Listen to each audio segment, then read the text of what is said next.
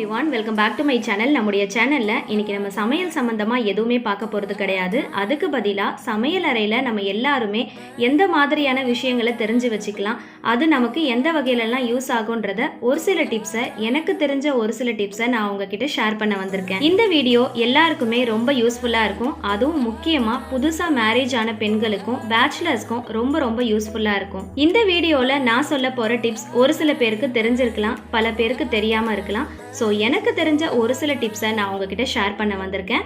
நமக்கு தெரிஞ்ச விஷயங்களை மற்றவங்க கிட்ட ஷேர் பண்ணிக்கலாம். நீங்களும் இந்த வீடியோவை பார்த்ததுக்கு அப்புறமா என்ன தெரிஞ்சுக்கிட்டீங்களோ அதை உங்களுக்கு தெரிஞ்சவங்க எல்லார்கிட்டையுமே ஷேர் பண்ணுங்க, அவங்களும் தெரிஞ்சுக்கிட்டோம். நீங்கள் இந்த வீடியோவுக்கு போகிறதுக்கு முன்னாடி ஃபர்ஸ்ட் டைம் நம்மளோட சேனலை பார்க்குறீங்க, இல்லை இன்னும் சப்ஸ்கிரைப் பண்ணலை அப்படின்னா இப்போவே கீழே இருக்கிற ரெட் கலர் சப்ஸ்கிரைப் பட்டனை கிளிக் பண்ணிக்கோங்க. பக்கத்தில் இருக்கிற பெல் ஐக்கனையும் சேர்த்தே கிளிக் பண்ணிக்கோங்க. அப்போ தான் நாங்கள் அப்டேட் பண்ணுற ஒவ்வொரு டிஃப்ரெண்ட்டான வீடியோஸுடைய நோட்டிஃபிகேஷன் உங்களுக்கு வரும். இப்போ வாங்க வீடியோக்குள்ளே போகலாம்.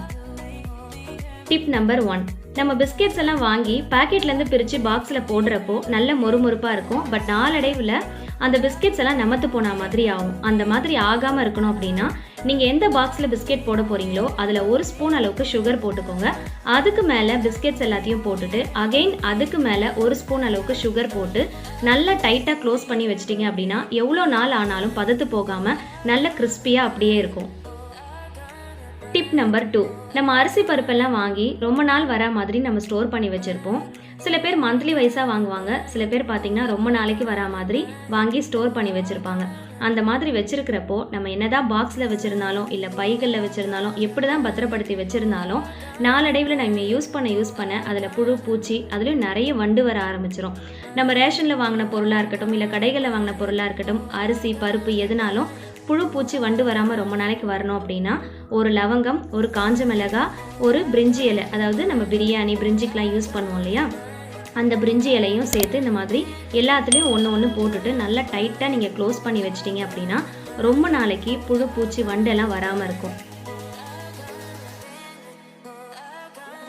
டிப் நம்பர் 3, நம்ம சமைக்கிறதுக்கு ஏலக்காய் நிறைய யூஸ் பண்ணுவோம். ஒரு சில டைம் அதை நம்ம அப்படியே முழுசாக போட்டுருவோம். ஒரு சில டைம் பார்த்திங்கன்னா உள்ளே இருக்கிற சீட்ஸை மட்டும் நம்ம யூஸ் பண்ணிவிட்டு மேலே இருக்கிற இந்த தோல்கள் எல்லாத்தையும் தூக்கி போட்டுருவோம். அந்த மாதிரி தூக்கி போடாமல் அது எல்லாத்தையும் நீங்கள் சேர்த்து வச்சுக்கோங்க. சேர்த்து வச்சுட்டு இந்த மாதிரி டீ தூள் பாக்ஸில் மேலால் போட்டுட்டு ஒரு ஸ்பூன் வச்சு லைட்டாக அமுத்தி விட்டுருங்க. அமுத்தி விட்டுட்டு நல்லா டைட்டாக மூடி போட்டு மூடிட்டீங்க அப்படின்னா நீங்கள் எப்போல்லாம் டீ போடுறீங்களோ அப்போல்லாம் அந்த டீ தூளோட இந்த ஒரு ஏலக்காய் தூளையும் சேர்த்து போட்டுட்டீங்க அப்படின்னா நல்ல டீ வந்து மணமாக வாசனையாக இருக்கும். டீ தூளும் வந்து நல்ல மணமாக வாசனையாக இருக்கும். இந்த டிப்ஸ் ரொம்ப யூஸ்ஃபுல்லாக இருக்கும். டிப் நம்பர் 4, நம்ம வந்து அந்த காலத்தில் பார்த்திங்கன்னா உப்பு ஊறுகாய் இது எல்லாமே இந்த மாதிரி ஜாடியில் தான் ஸ்டோர் பண்ணி வச்சுருப்பாங்க. இப்போ தான் நம்ம வந்து பாக்ஸில் கண்டெய்னரில் இந்த மாதிரி நம்ம வந்து ஸ்டோர் பண்ண ஆரம்பிச்சிட்டோம். பட் இந்த மாதிரி கல் உப்பாக இருக்கட்டும், சால்ட்டாக இருக்கட்டும், இந்த மாதிரி ஜாடியில் நீங்கள் ஸ்டோர் பண்ணி வச்சிங்க அப்படின்னா ரொம்ப நாளைக்கு பதத்து போகாமல் நல்ல ஃப்ரெஷ்ஷாக அதே மாதிரி இருக்கும், கெடாமல் இருக்கும், பாத்திரமும் வீணாக போகாமல் இருக்கும். இதே நம்ம வந்து பாத்திரத்தில் உப்பு ஊறுகாலாம் போட்டு வச்சோம் அப்படின்னா இந்த மாதிரி கருப்பாக ஓட்டையாக ஆயிரும். ஸோ அதனால் இந்த மாதிரி ஜாடியில் போட்டு ஸ்டோர் பண்ணிங்கன்னா ரொம்ப நாளைக்கு கெடாமல் அப்படியே இருக்கும். டிப் நம்பர் 5, சர்க்கரை வெல்லம் இது எல்லாத்தையும் நம்ம என்ன தான் பத்திரப்படுத்தி வச்சுருந்தாலும் நம்ம எந்த இடத்துல வச்சாலும் எவ்வளோ தான் டைட்டாக மூடி போட்டிருந்தாலும் எறும்பு எப்படி தான் வரும்னே தெரியாது. அந்த மாதிரி எறும்பு வராமல் இருக்கணும் அப்படின்னா இந்த மாதிரி ஒரு பிரிஞ்சி இலையை போட்டு நல்லா டைட்டாக நீங்கள் க்ளோஸ் பண்ணி வச்சிட்டிங்க அப்படின்னா எறும்பு வராது. டிப் நம்பர் 6, காலிஃப்ளவரில் பார்த்தீங்கன்னா நிறைய பச்சை கலரில் புழு இருக்கும். அது எல்லாத்தையும் ஈஸியாக ரிமூவ் பண்ணணும் அப்படின்னா இது கூடவே 1/4 ஸ்பூன் மஞ்சள் தூள், கொஞ்சமாக உப்பு சேர்த்துக்கோங்க. சேர்த்துட்டு கொஞ்சமாக தண்ணி ஊற்றி நல்லா கொதிக்க விட்டுருங்க. கொதிச்சதுக்கப்புறமா கொஞ்ச நேரம் அப்படியே விட்டுட்டிங்க அப்படின்னா புழு பூச்சியெல்லாம் சேர்த்து அடியில் தங்கிரும், பூ மட்டும் மேலே இருக்கும். ஸோ அதை மட்டும் நீங்கள் தனியாக ஃபில்டர் பண்ணி எடுத்துக்கலாம். பார்க்கவே நல்லா ஃப்ரெஷ்ஷாக இருக்கும்.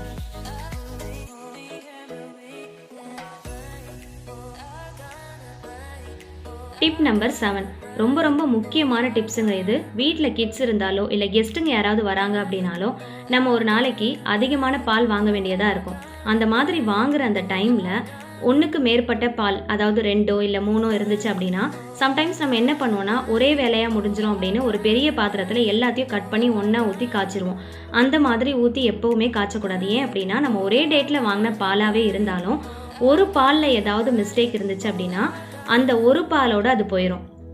சப்போஸ் நம்ம எல்லாத்தையும் சேர்த்து ஊற்றணும் அப்படின்னா ஒரு பாலில் ஏதாவது மிஸ்டேக் இருந்தால் கூட எல்லா பாலும் சேர்த்தே கெட்டு போயிடும், எல்லாமே வீணாக போயிடும். அதனால் எப்போவுமே எத்தனை பால் இருந்தாலுமே அதை தனித்தனியாக ஊற்றி காய்ச்சிக்கிட்டிங்க அப்படின்னா பால் வீணாக போகாமல் நம்ம வந்து வேஸ்ட் பண்ணாமல் யூஸ் பண்ணிக்கலாம். எல்லாருமே பண்ணுற வேலை அதுதான். நானுமே சில டைம் அந்த மாதிரி பண்ணியிருக்கேன். பண்ணிவிட்டு பார்த்திங்கன்னா எல்லாமே கெட்டு போயிடும், எல்லாமே வீணாக போயிடும். அதுக்கப்புறம் நம்ம யோசிப்போம் தனித்தனியாகவே காய்ச்சிருக்கலாமே அப்படின்னு சொல்லிட்டு. ஒரு பாலுடைய விலை பார்த்திங்கன்னா 21 ரூபா 50 காசு. அப்போது நம்ம ஒரு 2 பால் அப்படின்னா 43 ரூபா வேஸ்ட்டாக போகுது. ஸோ இந்த வகையில் நம்ம மணியை வந்து வேஸ்ட் பண்ணாமல் சேவ் பண்ணுறதுக்கு இது ஒரு சின்ன டிப். அதனால் எத்தனை பாலாக இருந்தாலுமே நீங்கள் தனித்தனியாக ஊற்றி காய்ச்சிக்கோங்க, அதுதான் ரொம்ப நல்லது. டிப் நம்பர் 8, நம்ம வந்து பாலை ஊற்றிட்டு பாத்திரத்தில் அப்படியே வச்சுட்டு நம்ம வேறு ஏதாவது வேலையாக போயிடுவோம். அதுவும் கிட்ஸுங்க இருந்தாங்கன்னா நம்ம சொல்லவே தேவையில்லை, நமக்கு பல வேலைகள் இருக்கும். எப்போவுமே பாலை ஊற்றிட்டு அது காயிற வரைக்கும் பக்கத்துலேயே இருந்து நம்மளால் பார்க்க முடியாது. கண்டிப்பாக நமக்கு ஏதாவது ஒரு வேலை இருக்கும், இல்லை நம்ம மறந்து போகிறதுக்கு கூட நிறைய சான்ஸ் இருக்குது. அந்த மாதிரி டைமில் இந்த டிப்ஸ் உங்களுக்கு ரொம்பவே யூஸ்ஃபுல்லாக இருக்கும். எப்போவுமே பாலை காய்ச்சும் போது சிம் டு மீடியம் ஃப்ளேமில் வச்சு காய்ச்சிக்கோங்க. அதே மாதிரி நீங்கள் எந்த பாத்திரத்தில் பாலை ஊற்றி வைக்கிறீங்களோ அதுக்கு மேலே இந்த மாதிரி ஒரு கரண்டியை மேலே வந்து கிராஸாக வச்சிட்டிங்க அப்படின்னா பால் வந்து நல்லா கொதித்து மேலே பொங்கி எழுந்து வந்தாலும் அப்படியே அமுங்கி உள்ளே போயிடும், வலிஞ்சு கீழே விழாமல் இருக்கும். ஸ்டவ்வோ பாத்திரமோ கவுண்டர் டாப்போ வேஸ்ட் ஆகாமல் இருக்கும். ஸோ இந்த டிப்ஸ் ரொம்பவே யூஸ்ஃபுல்லாக இருக்கும். நம்ம சில டைம் வந்து கண்டிப்பாக நிறையவே மறந்து போகிறதுக்கு சான்ஸ் இருக்குது. அப்போ தான் நம்ம எல்லாத்தையுமே சுத்தம் பண்ணியிருப்போம், பட் வேஸ்ட்டாக போயிடும். டிப் நம்பர் 9, கண்டிப்பாக எல்லார் வீட்லேயுமே பட்டர் இருக்கும். இல்லைன்னா பரவாயில்ல, இருக்கிறவங்க இந்த டிப்ஸை யூஸ் பண்ணிக்கலாம். பட்டரை வந்து இந்த மாதிரி லைட்டாக பால் பாத்திரத்தில் ஓரத்தில் இந்த மாதிரி லைட்டாக அப்ளை பண்ணி விட்டுட்டிங்க அப்படின்னா பால் வந்து பொங்காமல் உள்ளேயே அமுங்கிடும். இதுவும் ஒரு சூப்பரான டிப்ஸ் தான், கண்டிப்பாக ட்ரை பண்ணி பாருங்கள்.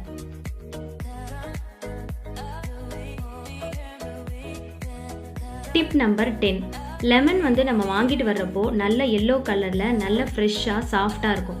பட் ரொம்ப நாள் ஆனதுக்கப்புறம் பார்த்திங்கன்னா அதோடைய கலரே சேஞ்ச் ஆகி நல்ல ஹார்டாகிடும். ஸோ நம்ம என்ன பண்ணுவோம், அப்போ அது கெட்டு போயிடுச்சுன்னு சொல்லி தூக்கி போட்டுருவோம். அந்த மாதிரி ஆகாமல் ரொம்ப நாள் ஆனாலும் ஃப்ரெஷ்ஷாக கலர் கொஞ்சம் கூட சேஞ்ச் ஆகாமல் அப்படியே வச்சு ரொம்ப நாளைக்கு யூஸ் பண்ணணும் அப்படின்னா ஒரு ரொம்ப சூப்பரான டிப்ஸ் நான் உங்களுக்கு சொல்கிறேன். லெமனில் வந்து நம்ம வந்து கோகோனட் ஆயில் வச்சுருப்போம் இல்லையா, அந்த கோகோனட் ஆயிலை லைட்டாக கையில் தடவி அப்ளை பண்ணிக்கோங்க. அதே நிறைய லெமன் இருந்துச்சு அப்படின்னா ஒரு பாத்திரத்தில் அந்த லெமன் எல்லாத்தையும் போட்டுட்டு அதை சுற்றியும் கொஞ்சம் கோகோனட் ஆயிலை ஊற்றி நல்லா மிக்ஸ் பண்ணி விட்டுட்டிங்க அப்படின்னா மேலே ஃபுல்லாக அப்ளை ஆயிரும். அந்த மாதிரி அப்ளை பண்ணதுக்கப்புறமா இந்த மாதிரி வீட்டில் வந்து நியூஸ் பேப்பர் இருக்கும் இல்லையா, அந்த நியூஸ் பேப்பரை இந்த மாதிரி ஸ்கொயர் ஷேப்பில் கட் பண்ணி வச்சுக்கோங்க. நீங்கள் எத்தனை லெமன் வச்சுருக்கீங்களோ அத்தனை அளவுக்கு நீங்கள் இந்த மாதிரி கட் பண்ணி வச்சுக்கோங்க. இதுக்காக நம்ம டிஷ்யூ பேப்பர்லாம் தனியாக வாங்க வேண்டாம், வீட்டில் இருக்கிற நியூஸ் பேப்பர் வச்சே நம்ம வந்து ஸ்டோர் பண்ணிக்கலாம். நீங்கள் வந்து ஃபுல்லாக லெமனில் வந்து மேலே அப்ளை பண்ணதுக்கப்புறமா நியூஸ் பேப்பர் வச்சு இந்த மாதிரி நல்லா மடித்து விட்டுட்டு நம்ம ஒரு பாக்ஸில் வச்சு ஸ்டோர் பண்ணோம் அப்படின்னா லெமன் வந்து நம்ம எப்படி வாங்கிட்டு வந்தோமோ அதே மாதிரி நல்ல ஃப்ரெஷ்ஷாக எல்லோ கலரில் நல்ல சாஃப்டாக இருக்கும். எவ்வளோ நாள் எவ்வளோ மாதம் ஆனாலும் கெடாது. லெமன் பார்த்திங்கன்னா சில டைமில் ரொம்ப ரேட்டு விற்கும். அந்த மாதிரி டைமில் நம்ம வாங்கிட்டு வந்து கம்மியாக விற்கிறப்போ இந்த மாதிரி வாங்கிட்டு வந்து ஸ்டோர் பண்ணிக்கிட்டோம் அப்படின்னா நம்மளுக்கு ரொம்ப நாளைக்கு யூஸ் ஆகும். ஏன்னா நம்ம வந்து ஜூஸ் போடுறதுக்கோ இல்லை லெமன் ரைஸ் பண்ணுறதுக்கோ இல்லை நிறைய டிஷ்ஷஸ் பண்ணுறதுக்கும் கிச்சனை க்ளீன் பண்ணுறதுக்கு கூட நிறைய வகையில் லெமன் யூஸ் ஆகும். ஸோ அதனால் நம்ம எப்போவுமே அது அதிகமாக வாங்குவோம். அதனால் இந்த மாதிரி ஸ்டோர் பண்ணி வச்சுக்கிட்டீங்க அப்படின்னா அது ரொம்பவே யூஸ்ஃபுல்லாக இருக்கும். அந்த மாதிரி ஸ்டோர் பண்ணுறதுக்குன்னு தனியாக இந்த மாதிரி நீங்கள் பாக்ஸ்லாம் வாங்க தேவையில்லை. நம்ம வந்து டேட்ஸு பிஸ்கெட்டு இல்லைனா நம்ம ஏதாவது ஸ்வீட்ஸு இல்லை ஏதாவது நம்ம லன்ச் டின்னர்லாம் கூட நம்ம வெளியில் ஆர்டர் பண்ணி வாங்குவோம். அந்த மாதிரி வாங்குறப்போ நமக்கு இந்த மாதிரி பாக்ஸில் கொடுப்பாங்க சில டைம். அந்த மாதிரி பாக்ஸ் எல்லாத்தையும் நீங்கள் நல்லா வாஷ் பண்ணிவிட்டு கொஞ்சம் கூட ஈரம் இல்லாமல் நல்லா தொடச்சிட்டு இந்த மாதிரி நீங்கள் வச்சு ஸ்டோர் பண்ணிட்டீங்க அப்படின்னா ரொம்பவே யூஸ்ஃபுல்லாக இருக்கும். இதுக்காக நம்ம வந்து காசு கொடுத்து பாக்ஸ் எல்லாம் வாங்க வேண்டாம். இந்த மாதிரி எல்லா லெமனையும் செஞ்சு ஒரு பாக்ஸில் போட்டு நல்லா டைட்டாக க்ளோஸ் பண்ணிவிட்டு நீங்கள் ஃப்ரிட்ஜில் வச்சு ஸ்டோர் பண்ணிட்டீங்க அப்படின்னா எவ்வளோ நாள் ஆனாலும் லெமன் வந்து கெடாது. நல்ல ஃப்ரெஷ்ஷாக சாஃப்டாக நல்ல எல்லோ கலரில் அப்படியே இருக்கும். டிப் நம்பர் 11, நம்ம வந்து ரொம்ப நாள் வச்ச லெமன் பார்த்திங்கன்னா கொஞ்சம் கூட எதுவுமே பண்ணாமல் ஸ்டோர் பண்ணாமல் அப்படியே வச்சுருந்தோம்னா இந்த மாதிரி கலர் சேஞ்ச் ஆகிட்டு நல்லா ஹார்ட் ஆயிரும். நம்ம என்ன செய்வோம், இது கெட்டு போயிடுச்சுன்னு சொல்லி தூக்கி போட்டுருவோம். ஏன்னா அது பிழியறதுக்கு ரொம்ப கஷ்டமாக இருக்கும். இந்த மாதிரி நல்ல ஹார்டாக கலர் சேஞ்ச் ஆன லெமனை நல்ல தண்ணியை கொதிக்க வச்சுட்டு அந்த கொதிக்கிற தண்ணியில் இந்த மாதிரி லெமனை போட்டு நல்லா ஒரு ஸ்பூன் வச்சு லைட்டாக மிக்ஸ் பண்ணி விட்டுருங்க. நல்ல தண்ணி கொதிச்சு தண்ணியாக இருக்கணும். இது கூடவே ஒரு 2 கல்லுலேருந்து 3 கல் வரைக்கும் உப்பு சேர்த்துக்கலாம். நீங்கள் சால்ட்டாக இருந்தாலும் சரி இல்லை கல் உப்பாக இருந்தாலும் சரி சேர்த்துட்டு எல்லா லெமனையுமே போட்டு இந்த மாதிரி லைட்டாக ஒரு ஸ்பூன் வச்சு நல்லா திருப்பி விட்டுட்டீங்க அப்படின்னா விட்டுட்டு ஒரு 15 மினிட்ஸ்க்கு அப்படியே விட்டுருங்க. தண்ணியும் ஆறிடும், லெமனும் பார்த்தீங்கன்னா சாஃப்ட் ஆயிரும். ரொம்ப சாஃப்ட் ஆகாது, முன்னைக்கு இப்போ நல்லாவே சாஃப்ட் ஆயிருக்கும். இப்போது அதை கையில் வச்சு நல்லா இந்த மாதிரி ப்ரெஸ் பண்ணி நல்லா அழுத்தி விட்டுட்டிங்க அப்படின்னா இன்னமும் நல்லா கொஞ்சம் சாஃப்ட் ஆயிரும். கட் பண்ணி பிழியிறப்போ சாறு நல்லா ஈஸியாக வந்துடும், பிழியறதுக்கும் ரொம்ப ஈஸியாக இருக்கும். இப்போ நான் பிழிஞ்சு காட்டுறேன் பாருங்கள். நம்ம உள்ளே வந்து ஓப்பன் பண்ணி பார்க்கலாம். பாருங்கள் நல்லா ஃப்ரெஷ்ஷாக ஆயிடுச்சு லெமன். இதே நம்ம அப்படியே கட் பண்ணியிருந்தோம் அப்படின்னா உள்ளே வந்து காஞ்சி சுருங்கி போய் ஒரு மாதிரி ஆயிருக்கும். பட் இந்த மாதிரி ஹாட் வாட்டரில் போட்டு எடுத்தீங்க அப்படின்னா ரொம்ப சாஃப்ட் ஆகிடும், உள்ளே ஃப்ரெஷ் ஆகிடும், ஈஸியாக நம்ம பிழிஞ்சு எடுத்துடலாம். பாருங்கள் நல்லா ஈஸியாக லெமன் சாறு வந்துருச்சு. ஸோ ரொம்ப நாள் வச்சு நல்லா ஹார்டாகி கலர் சேஞ்ச் ஆன இந்த லெமனை தூக்கி போடாமல் இதிலேருந்து ஈஸியாக எப்படி சாரை பிழியலான்றதை இந்த டிப்ஸ் மூலமாக நீங்கள் பார்த்துருப்பீங்க. இந்த டிப்ஸ் கண்டிப்பாக உங்களுக்கு ரொம்ப ரொம்ப யூஸ்ஃபுல்லாக இருந்திருக்கும். இப்போ இந்த ஒரு லெமனுடைய சாரை வச்சு நம்ம ரைஸ் கிண்டிக்கலாம், அப்படி இல்லைன்னா ஜூஸ் கூட போட்டுக்கலாம். ரொம்பவே யூஸ்ஃபுல்லாக இருக்கும். ஸோ லெமனை வந்து வேஸ்ட் பண்ணாமல் இந்த மாதிரி நீங்கள் யூஸ் பண்ணிக்கோங்க. இந்த டிப்ஸ் ரொம்ப யூஸ்ஃபுல்லாக இருக்கும். லெமனை பிழிஞ்சிட்டு இந்த தோலை தூக்கி போடாமல் இதை வச்சு நம்ம நிறைய செய்யலாம். இதில் என்னென்னலாம் பண்ணலான்றதை அடுத்தடுத்த வீடியோவில் நான் உங்களுக்கு சொல்கிறேன். ஸோ மிஸ் பண்ணாமல் பாருங்கள். இந்த வீடியோவில் நான் சொல்லியிருக்கிற எல்லா டிப்ஸுமே எல்லாருக்குமே ரொம்ப ரொம்ப யூஸ்ஃபுல்லாக இருக்கும்னு நினைக்கிறேன். இந்த வீடியோ உங்களுக்கு பிடிச்சிருந்துச்சுன்னா, யூஸ்ஃபுல்லாக இருந்துச்சுன்னு நினச்சிங்கன்னா மறக்காமல் லைக் பண்ணுங்கள். உங்களுக்கு தெரிஞ்சவங்க எல்லாருக்குமே ஷேர் பண்ணுங்கள். அவங்களும் இதில் இருக்கிற எல்லா டிப்ஸையுமே தெரிஞ்சுக்கட்டும். இனிமேல் நம்முடைய சேனலில் சமையல் மட்டும் இல்லைங்க, சமையல் சம்மந்தப்பட்ட நிறைய டிப்ஸும் நான் உங்களுக்கு அடுத்தடுத்து சொல்ல போகிறேன்.